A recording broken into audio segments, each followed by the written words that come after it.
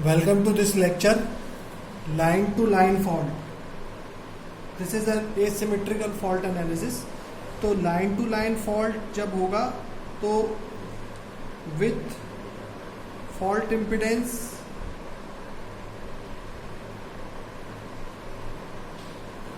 और विदाउट, और विदाउट का मतलब क्या होता है?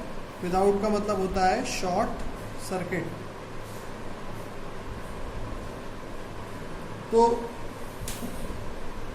इस चीज को आगे स्टडी करते हैं।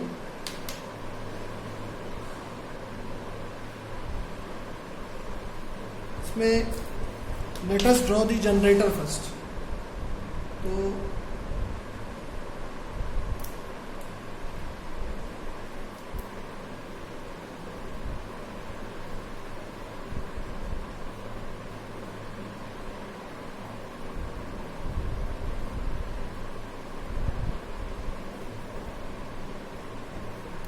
तो this is your generator, this is your phase EA, EB or EC, and the current flowing here is IA, IB, IC. Or suppose this is your ZN ground. अब कंडीशन क्या है?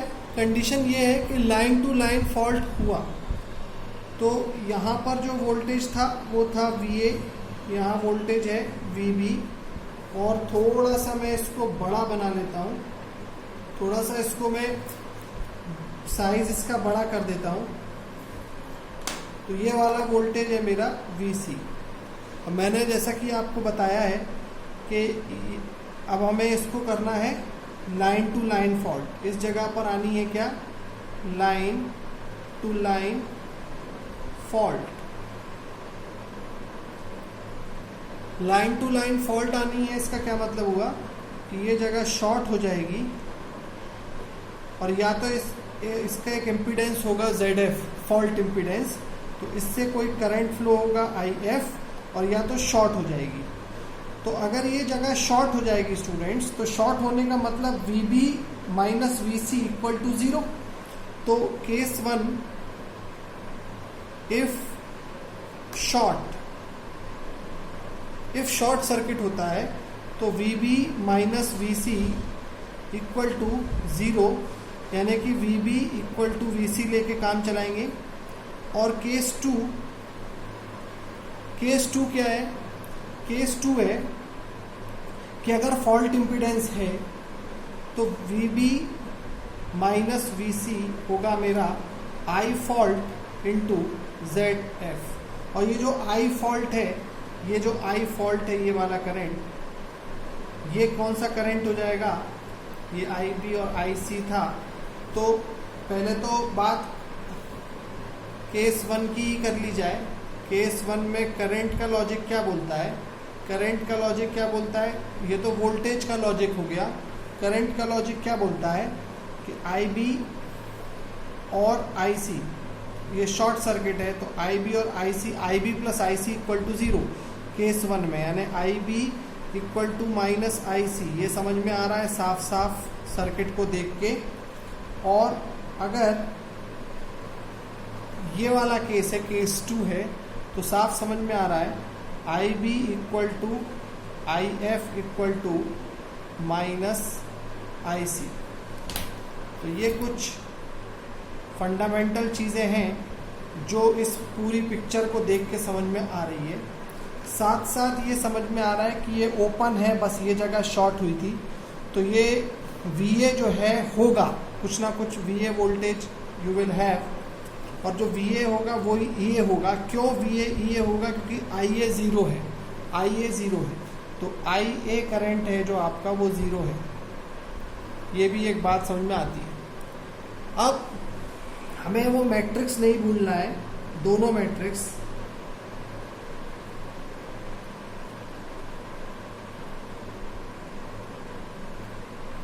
और वो क्या है? 1/3 टाइम्स जब भी हम बोलेंगे IA0, IA1, IA2 1 1 1 1 1 alpha alpha square यानी लैम्डा लैम्डा स्क्वायर लैम्डा, और ये है मेरा IA, IB और IC।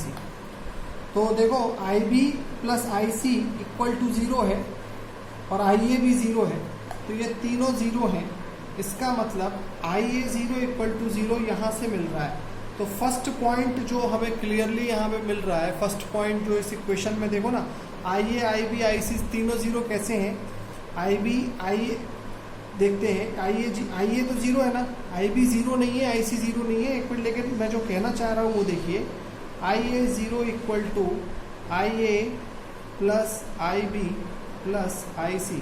तो अब IA मेरा 0 है, तो 0 प्लस IB प्लस IC, क्योंकि IC equal to minus IB है तो ये भी 0 है। तो IA0 का कंपोनेंट यानी 0 सीक्वेंस कंपोनेंट इज 0। तो ये एक पहला कंक्लूजन निकल के आ रहा है कि 0 सीक्वेंस कंपोनेंट जो है मेरा वो लाइन टू लाइन फॉल्ट में 0 हो चुका है। और अब मैं निकालना चाहूँगा पॉजिटिव और negative sequence component of current. तो IA1 की वैल्यू क्या आ रही है, ये पॉइंट नंबर 2 है। IA1 की वैल्यू क्या होगी, वो होगी IA plus lambda IB plus lambda square IC। IA मेरा 0 है तो ये हो जाएगा 0 प्लस लैम्डा IB मतलब 1 angle 120 IB plus lambda square मतलब 1 एंगल माइनस 120 या प्लस 240 कह सकते हैं, तो माइनस 120 डिग्री ले लेता हूँ, तो ये हो जाएगा IC। तो इक्वल टू IA1 की वैल्यू 1 एंगल 120 और 1 एंगल माइनस 120 को आप जब सॉल्व करेंगे तो आपको क्या मिलेगा, ये आपको मालूम होना चाहिए। 1 एंगल 120 को मैं सॉल्व करके बताता हूँ आपको यहाँ पर रफ वर्क टाइप से। 1 एंगल 120 प्लस में ये है वेक्टर, और 1 एंगल माइनस 120 ये है वेक्टर, ठीक है ना। अब इस वेक्टर को और इस वेक्टर को, ये प्लस 120 ये माइनस 120, हम इसे जोड़ने की बात कर रहे हैं। तो अगर हम इसे जोड़ेंगे तो इसका रिजल्टेंट आएगा यहाँ, और इसका रिजल्टेंट क्या होगा, under root P square plus Q square plus 2PQ cos theta. तो under root 1 plus 1 plus 2PQ cos theta, तो 2PQ कॉस 120, तो कॉस 120 क्या होता है, कॉस 90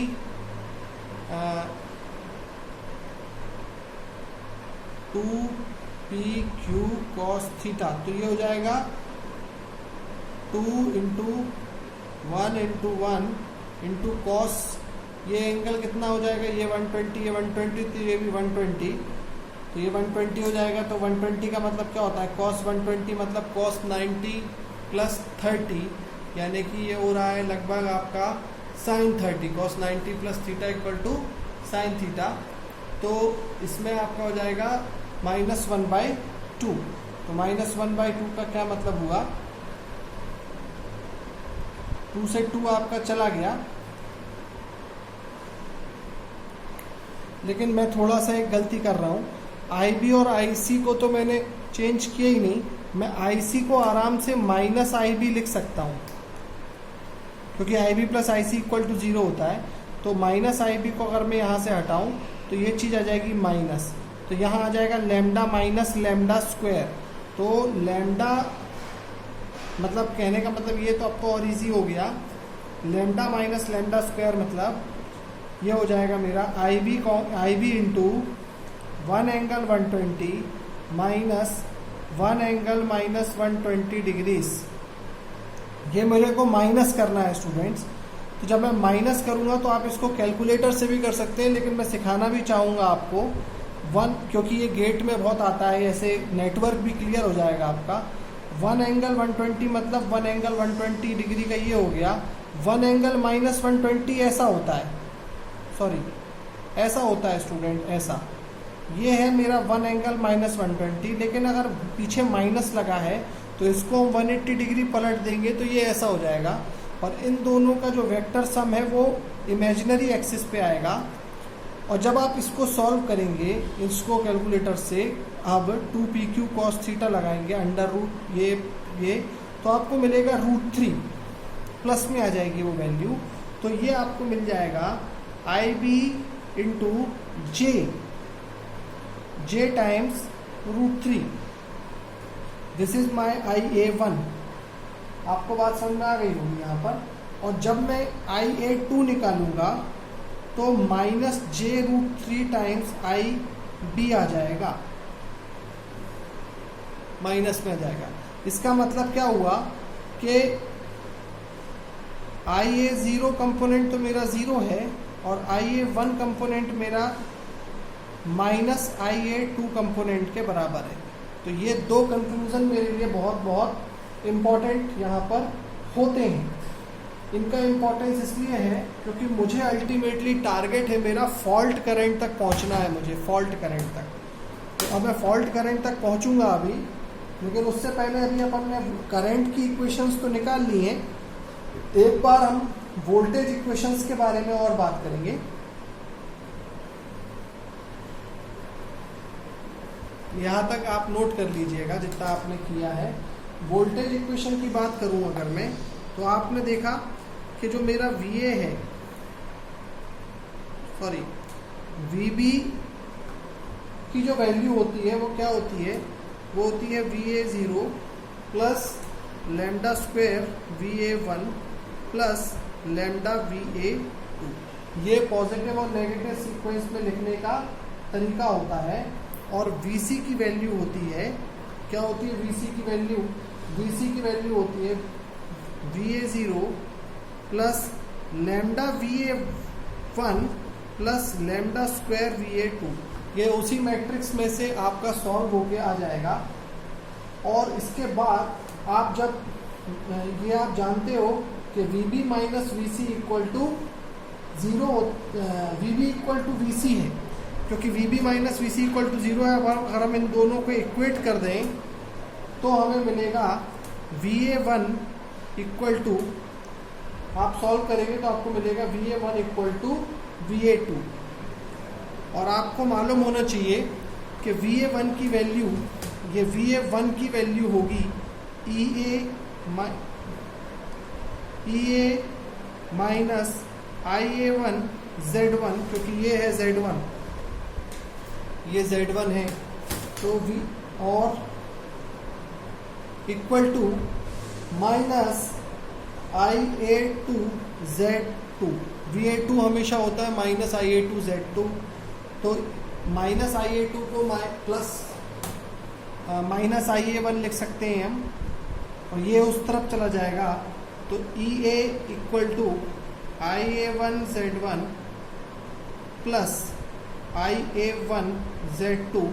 तो EA divided by Z1 plus Z2 की वैल्यू हो जाएगी IA1।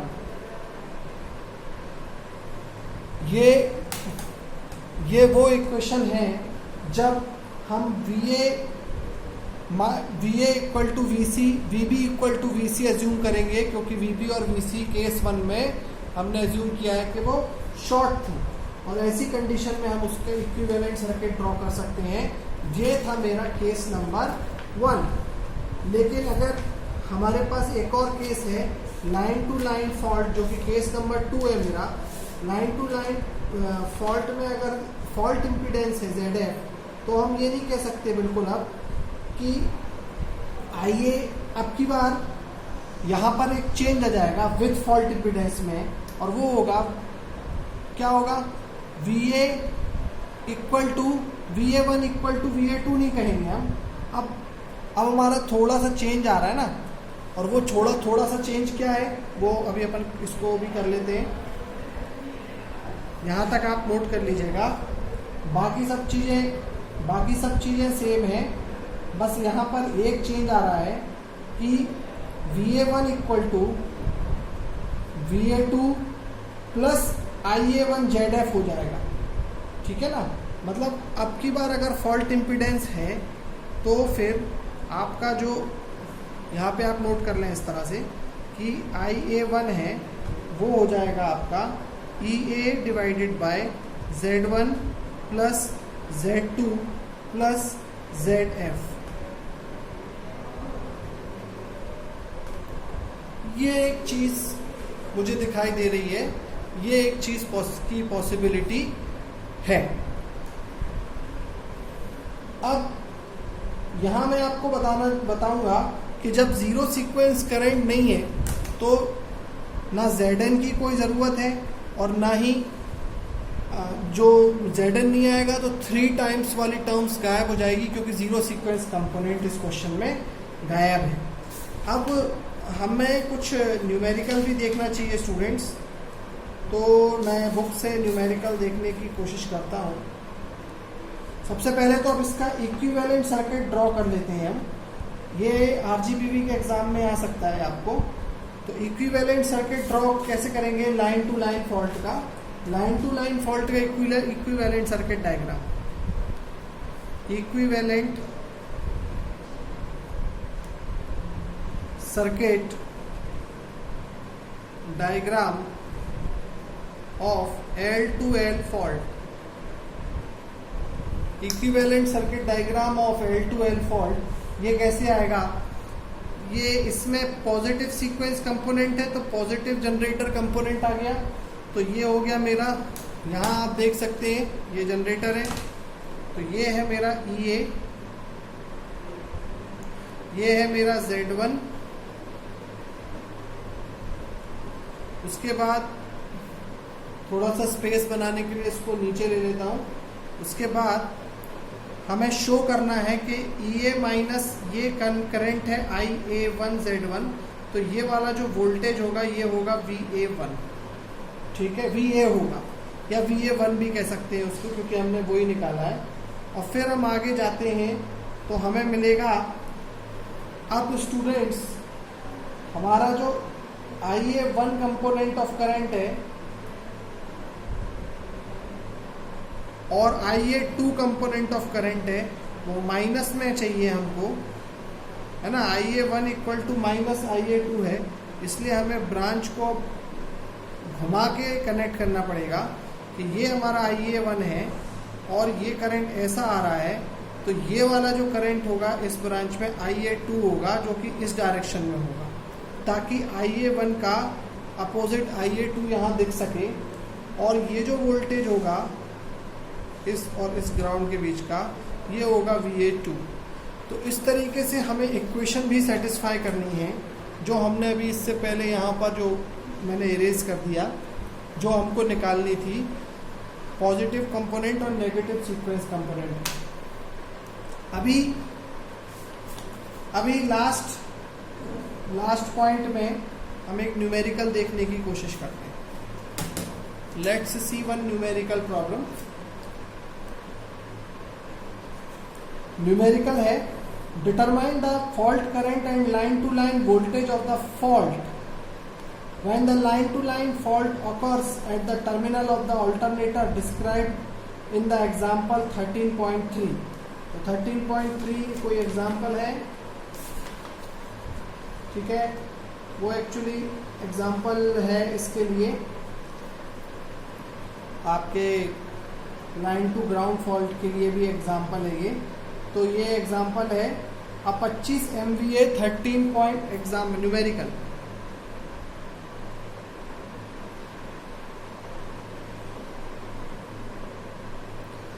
पच्चीस MVA 13.2 किलोवोल्ट अल्टरनेटर। तो मैं काम की चीज़ें यहाँ लिख देता हूँ, क्वेश्चन में गिवन है 25 MVA 13.2 किलोवोल्ट अल्टरनेटर, ठीक है। ये एक अल्टरनेटर है with solidly grounded neutral has a सब transient reactance of 0.25 per unit. यानी एक्स जनरेटर दिया है आपको, जनरेटर का जो रिएक्टेंस है वो आपको गिवन है पर यूनिट में 0.25 पर यूनिट, और सॉलिडली ग्राउंडेड है, मतलब न्यूट्रल इम्पीडेंस नहीं है। वाह। The negative and zero sequence reactances are 0.35 and 0.1। तो नेगेटिव यानी कि Z2 इक्वल टू आपको गिवन है कितना गिवन है 0.35 35 और जीरो सीक्वेंस आपको गिवन है 0.1 per unit. A single line to ground fault occurs, पहले हम डबल लाइन कर रहे थे, अब चलो सिंगल लाइन टू ग्राउंड का भी न्यूमेरिकल देख लेते हैं। एक single line to ground fault होता है at the terminal of an unloaded generator, मतलब जनरेटर लोड पर नहीं है, यही हम पढ़ रहे हैं। Determine the fault current and the line to line voltages, ठीक है। अब देखते हैं इस क्वेश्चन को।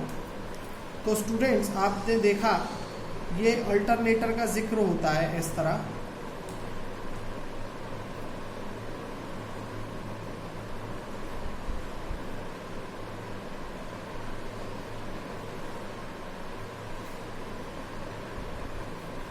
और इस क्वेश्चन में single line to ground fault हुआ है और ये जनरेटर सॉलिडली ग्राउंडेड है, मतलब जीरो फॉल्ट ZN है। ये आपका EA है, ये EB है, ये EB है और ये आपका EC है। और ये जनरेटर जो है 25 MVA 13.2 kV, मतलब लाइन टू लाइन वोल्टेज आपका जो जनरेट हो रहा है वो 13.2 kV है और पावर जनरेटर का है 25 MVA। ये आपको समझ में आ गया होगा। जनरेटर का जो रिएक्टेंस है वो आपको गिवन है 0.25 पर यूनिट। आप देखो जनरेटर का जो रिएक्टेंस होता है वही पॉजिटिव सीक्वेंस इम्पीडेंस होता है। मतलब अगर मैं इसका डायग्राम बनाऊं, तो जनरेटर का डायग्राम अगर मैं बनाऊं सिर्फ सीक्वेंस इम्पीडेंस का, तो आपको मिलेगा Z1, फिर आपको मिलता है Z2,